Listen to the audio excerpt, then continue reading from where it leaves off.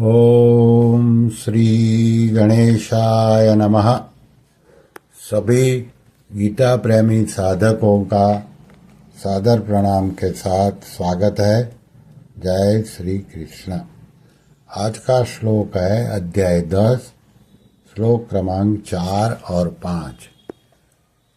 पहले श्लोक में भगवान ने जिस परम वचन को सुनने की आज्ञा दी थी उसको अब आगे के 3 श्लोकों में बताते हैं। ओम श्री परमात्मने नमः। श्लोक क्रमांक 4 और 5।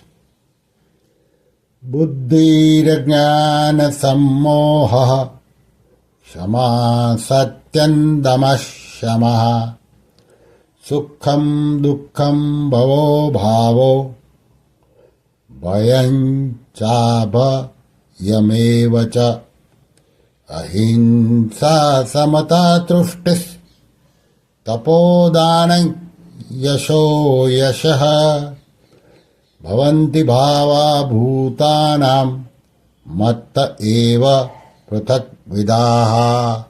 अर्थात भगवान कहते हैं बुद्धि, ज्ञान, असम्मोह, क्षमा, सत्य, दम, शम तथा सुख दुख, उत्पत्ति, विनाश, भय, अभय और अहिंसा, समता, संतोष, तप, दान, यश और अपयश, प्राणियों के ये अनेक प्रकार के अलग अलग भाव मुझसे ही होते हैं। इन श्लोकों को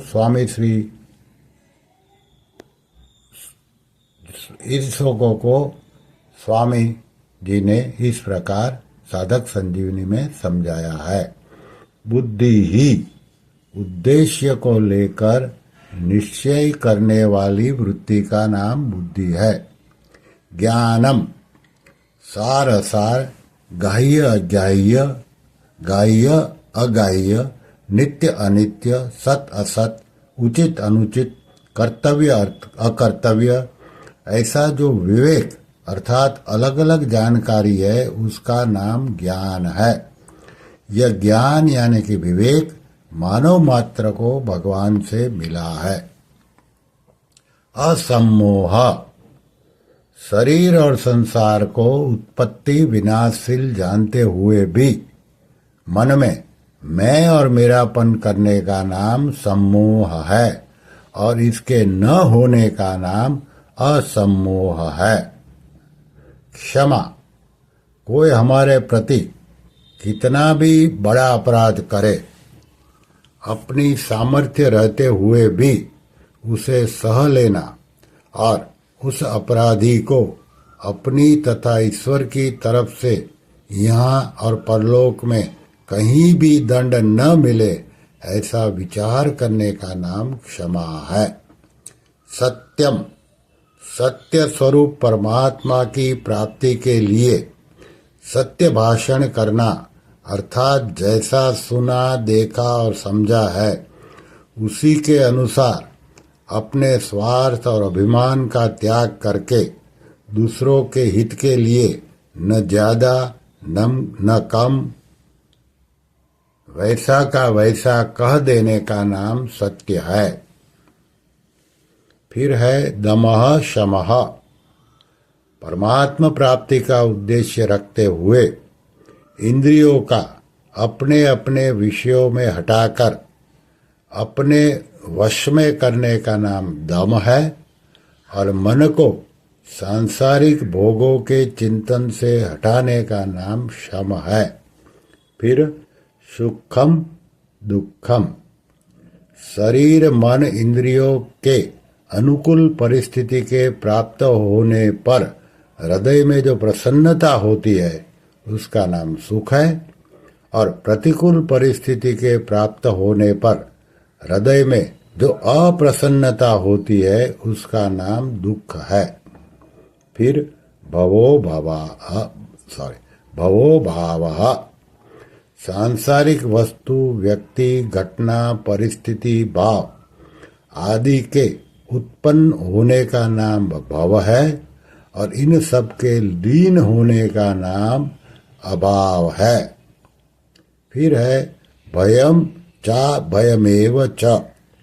अपने आचरण, भाव आदि शास्त्र और लोक मर्यादा के विरुद्ध होने से अंतःकरण में अपना अनिष्ट होने की जो एक आशंका होती है उसको भय कहते हैं। मनुष्य के आचरण, भाव आदि अच्छे हैं, वह किसी को कष्ट नहीं पहुंचाता, शास्त्र और संतों के सिद्धांत से विरुद्ध कोई आचरण नहीं करता, तो उसके हृदय में अपना अनिष्ट होने की आशंका नहीं रहती, अर्थात उसको किसी से भय नहीं होता। इसी को अभय कहते हैं। अहिंसा।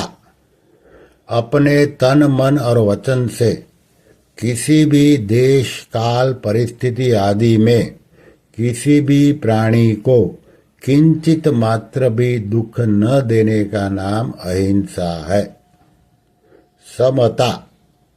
तरह तरह की अनुकूल और प्रतिकूल वस्तु, व्यक्ति, घटना, परिस्थिति आदि के प्राप्त होने पर भी अपने अंतःकरण में कोई विषमता न आने का नाम समता है। तुष्टि ही। आवश्यकता ज्यादा रहने पर भी कम मिले तो उससे संतोष करना तथा और मिले ऐसी इच्छा का न रहना तुष्टि है। तात्पर्य है कि मिले अथवा न मिले, कम मिले अथवा ज्यादा मिले आदि हर हालत में प्रसन्न रहना तुष्टि है। तपः। अपने कर्तव्य का पालन करते हुए जो कुछ कष्ट आ जाए, प्रतिकूल परिस्थिति आ जाए, उन सब को प्रसन्नता पूर्वक सहने का नाम तप है। एकादशी व्रत आदि करने का नाम भी तप है। दानम।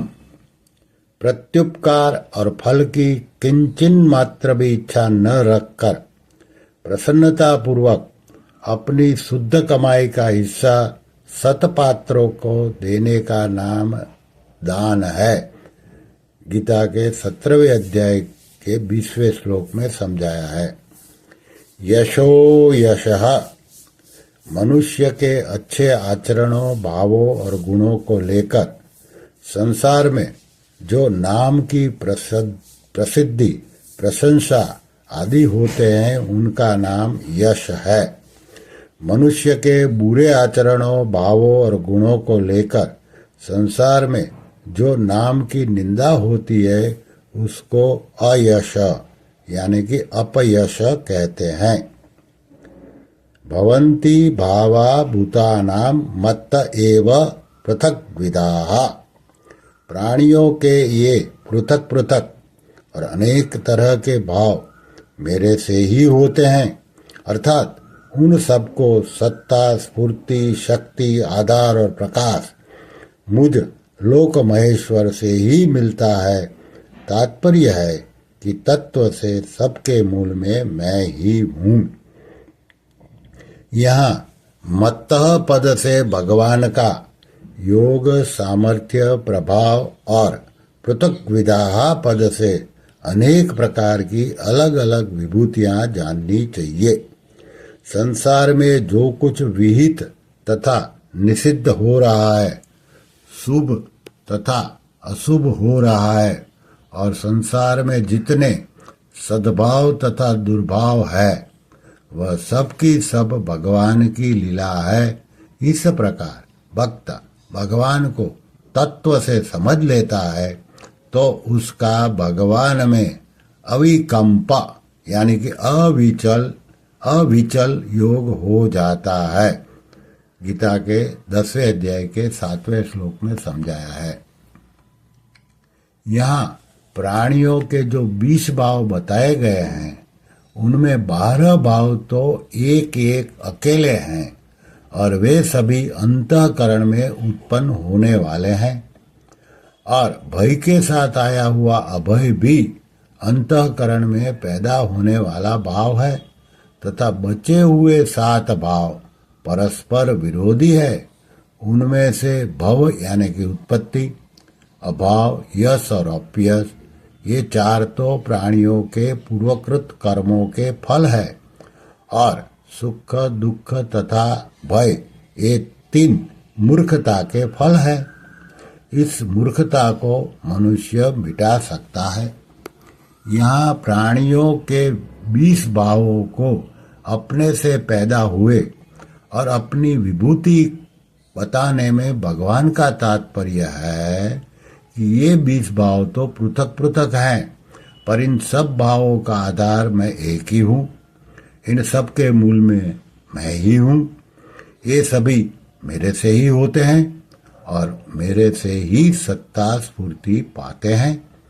7वें अध्याय के 12वें श्लोक में भगवान ने मत एव पदों से बताया है कि सात्विक, राजस और तामस भाव मेरे से ही होते हैं, अर्थात उनके मूल में मैं ही हूँ। वे मेरे से ही होते हैं और मेरे से ही सत्ता स्फूर्ति पाते हैं, अर्थात यहाँ भी भगवान का आशय विभूतियों के मूल तत्व की तरफ साधक की दृष्टि कराने में है।